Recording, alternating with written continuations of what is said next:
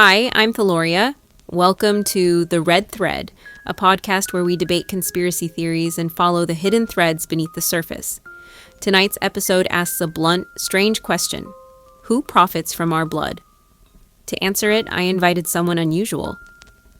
Eveline, who is from the late 1800s, has traveled a long way through time and silence to tell us about how women were treated when bleeding was a private world. Eveline, thank you for sitting with me. Thank you for inviting me, Thaloria. It is a strange thing to speak in a world of bright packages and public campaigns about period positivity.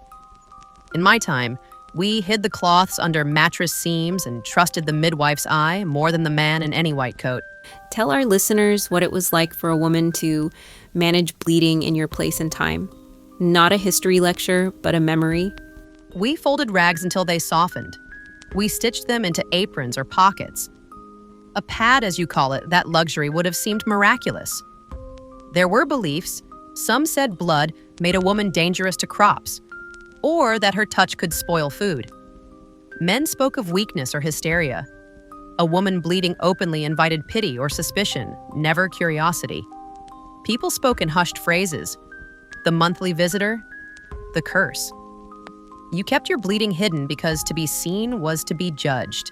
That image of trunks, sewn pockets, and hush hits hard. And it matters because we're still arguing today about whether a product is safe or whether the system benefits someone else. Before we jump to modern companies, I want you to tell us about the darker, more shocking practices of your era. I've read about some of the things doctors and communities did. Rest cures, hysterectomies, and that awful tendency to label women as unstable or mad. How real was that? It was real, and it was both medical and social. There was a belief that feminine bodies were fragile of mind. If a woman spoke too much, if she fretted, the doctor might claim hysteria. Treatments ranged from the patronizing enforced rest, isolation, the so-called rest cure, to the violent surgical removals. Some learned physicians thought removing the womb would remove the problem. Women were sometimes placed in prolonged confinement for moral correction. The language of medicine often sounded like judgment. That makes my skin crawl.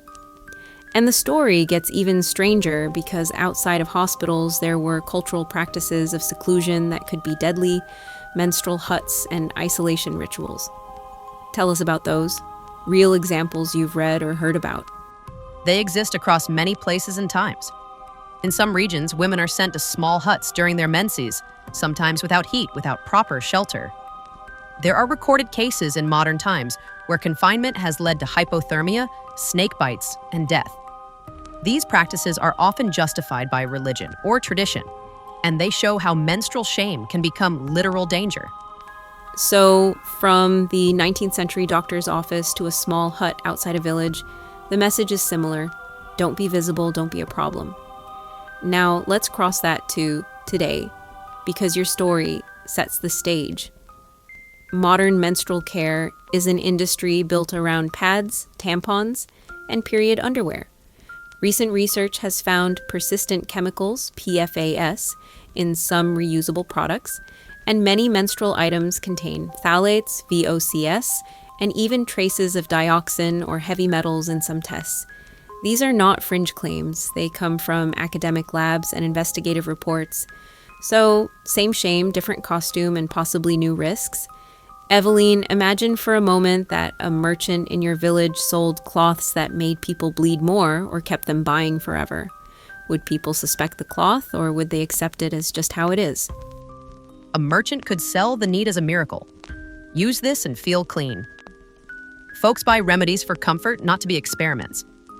If someone bled heavier, they might blame the season, the diet, the god, rarely the merchant. People do not like to suspect comfort givers. The merchant's coin is quiet, that silence is important. I see. Let's take a short tour through history. You mentioned doctors removing wombs. There are documented 19th century cases where surgery, or the so-called rest cure, was used to treat what doctors called hysteria. Those interventions had real consequences. In some cases, what women experienced as emotional pain or trauma was medicalized as a gynecological problem. The story of the rest cure, weeks of forced inactivity and isolation, is well documented. Yes. A woman's sadness could be labeled disease. I have read about women confined to bed for months. Some were forbidden to write, to speak, even to move, for their good. Imagine forcing a person to be still while their life happens around them. Many who survived felt emasculation of will. That is violence dressed as care. And the sensational stories, the ones that sound almost unreal, are part of this too. There are historical records, and then the rarer, more haunting tales. Women accused of witchcraft or madness because of bleeding patterns, midwives being pushed aside by male physicians, a woman's complaint about pain treated as theatrics. Literature of the time, novels and Gothic fiction, even coded these fears into madwoman characters, shaping how society saw women's minds and bodies. Fiction and fear braided together. It fed rules. Don't ask too loudly, don't ask for the wrong healer. Today, we see echoes of that control through products and industries. Systematic reviews have found chemicals in menstrual items. Phthalates, volatile organic compounds, parabens, fragrances, and sometimes even dioxin-like compounds in older tests. Independent testing from NGOS and research labs has confirmed contaminants. A major review concluded chemicals are detectable in period products. This does not prove direct harm, but it raises serious questions that deserve further study. Oh, yes. Detectable. That word should make everyone listen. Detectable means present. Present means contact. Contact is not the same as consent. Exactly. And the PFAS story is especially striking. These are called forever chemicals because they persist in the environment and accumulate in the body. A recent university study detected PFAS in multiple reusable menstrual products, the kind often marketed as eco-friendly, which complicates the eco versus disposable narrative. So a seemingly feminist shift, reusables, sustainability, can carry hidden compromises. The shape of progress surprises us. It does.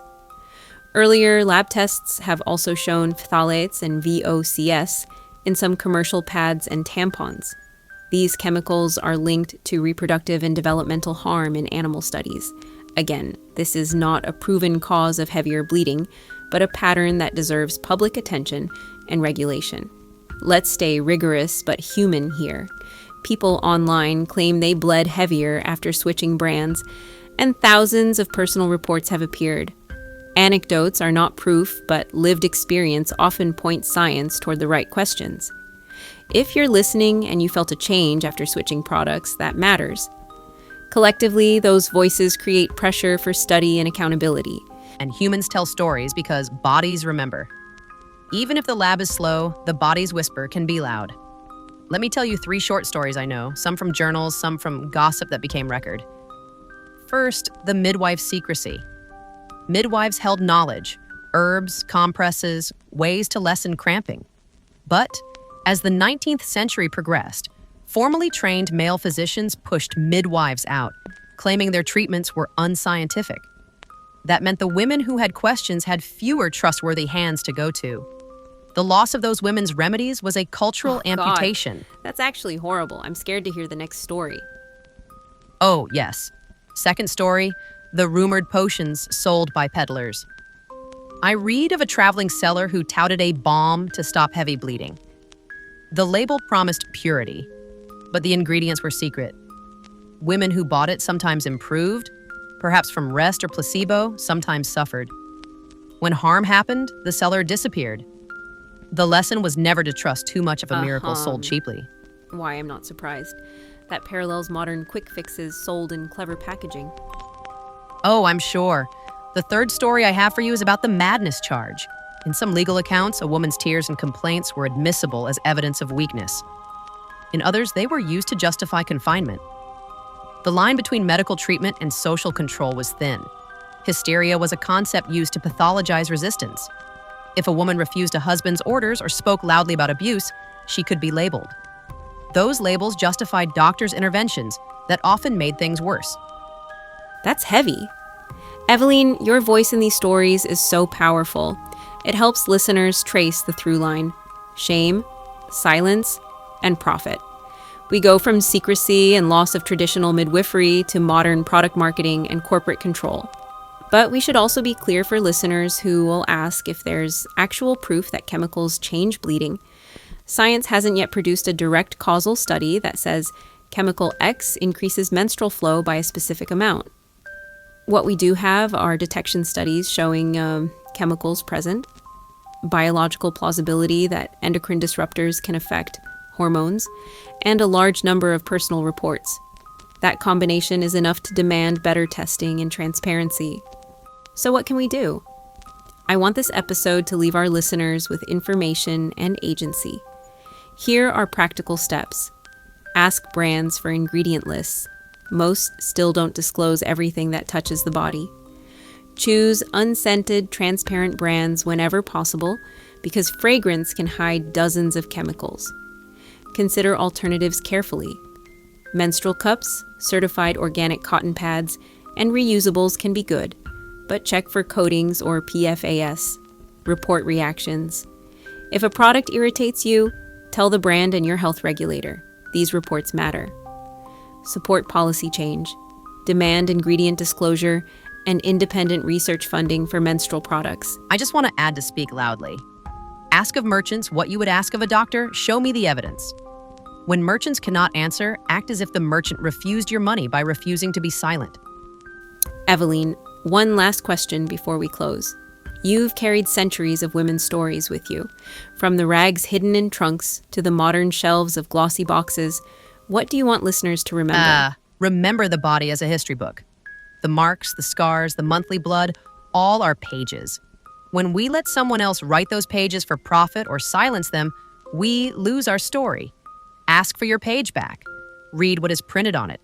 Don't leave your body to a merchant's pocket, and thank you for listening. Ask loud questions, even if the world tells you to fold them away. That image of pages and bodies? I love that.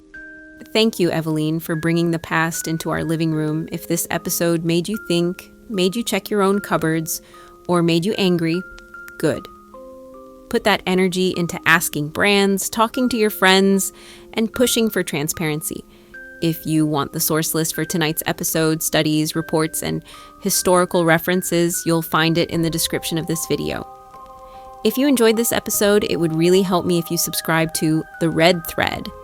This podcast explores conspiracies and hidden truths that few dare to debate. I'd also love to hear your thoughts, questions, or your own theories. Stay tuned for the next episode where we'll dive into a brand new conspiracy theory.